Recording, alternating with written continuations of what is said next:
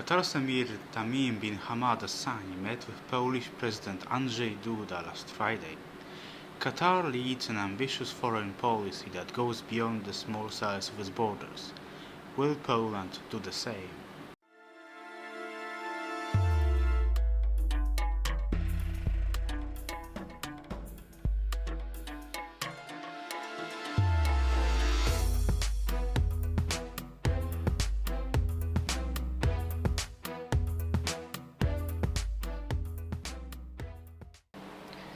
Qatar and Poland signed an agreement on scientific and academic cooperation.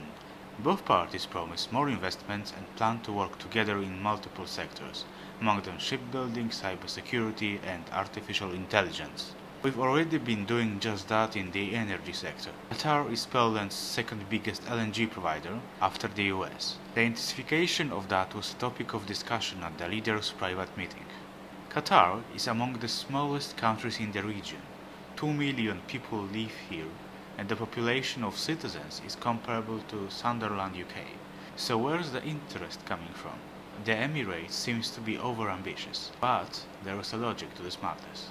Its establishment knows it lacks the strategic military depth. Of course, Qatar has armed forces, and the US biggest military base in the region, but some demographic and geographic limits cannot be overcome. The whole country is the size of Puerto Rico, and most of the populace cannot be enlisted in the army because, as foreigners, they don't qualify. The government decided to follow a straightforward strategy. Let's become so important diplomatically that attacking us cannot pay off. Such an attack could lead to an escalation so unpredictable nobody stands to win from it. The Emirate employs this strategic multilaterally. The 2022 World Cup was a part of it. Thanks to it, Qatar has appeared on the mental map of the world, and is no more an anonymous statelet of rich sheikhs. It is now a statelet of rich sheikhs who can do business with. Hence Qatar's interest in various world conflicts, including Palestine and Ukraine. Hamas operates the Politburo in Doha, which the Emirate utilizes for negotiations between the Palestinian group and Israel. It's also negotiated with Russia, which resulted in saving teens of Ukrainian children from Russian captivity. Talks are also ongoing on saving adult captives. It was also Qatar where talks between the US and the Taliban took place, regarding the future of Afghanistan, as well as the US and the Iran regarding the latter's nuclear program and sanctions. Last June, Qatar, as the only Middle Eastern country, signed the communique from the Ukrainian Peace Summit in Switzerland. The communique condemned the Russian aggression and reiterated Ukraine's right to territorial integrity.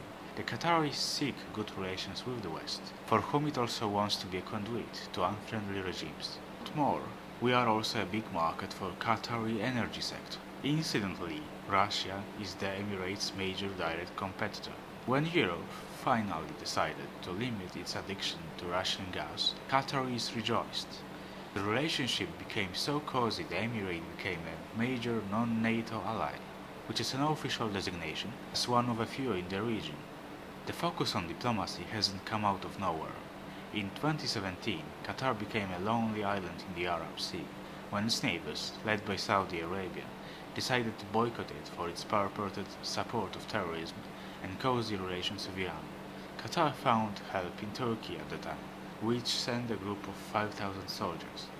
Finding a friend in Ankara helped maintain Qatari sovereignty, or at least the confidence, amongst the rumors of a potential Saudi invasion and a real total border blockade. The neighborhood relations eventually normalized.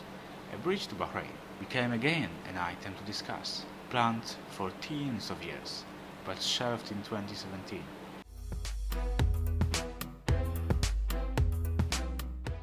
Poland is far from having the regional impact comparable to that of the UK or the US. At the same time, it seems to have finally noticed the region exists. Thanks to the growing transport links, budget airlines Fly Dubai now land in several Polish cities. We are also showing up on the region's mental map of the world, Kraków and Zakopane especially. Trade is developing. More and more Polish products come up on local markets, especially food. Historically, Poland's contact with the Persian Gulf was limited. The communist regime had focused on the brotherly nations, including Iraq and Syria. Conservative Persian Gulf monarchies had been then, as now, aligned with the US. Growth of interest came with the coming down of the Berlin Wall. The new capitalist elites began seeking better relations with Israel without upsetting the Arabs. Poland decided to firmly support the two-state solution of the Palestine-Israel conflict. Poland has got the potential for good relations with the states and societies of the Middle East. Our history is not tainted by a colonialist and imperialist foreign policy, unlike the US and much of Western Europe. We can boast decades-long relations with Palestine, the statehood of which we recognized in mid-80s.